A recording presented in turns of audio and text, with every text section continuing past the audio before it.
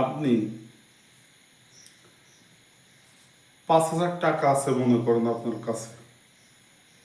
এই 5,000 টাকা দিয়ে একটা প্যান্ট কিনে যদি প্যান্টের পকেটে 1 টাকাও না থাকে, তাহলে কিন্তু ওই প্যান্টের 4 পয়সাও কোনো মূল্য নেই।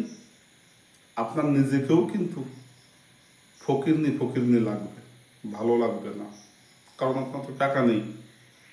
কিন্তু পক্ষান্তরে 2,000 টাকা দিয়ে ওই প্যান্টটা কিনবেন আর 3,000 টাকা পকেটে রাখবেন, দেখবেন যে প্যান্টের মূল্য ঠিকই আছে, কারণ পকেটে আপনার টাকা আছে।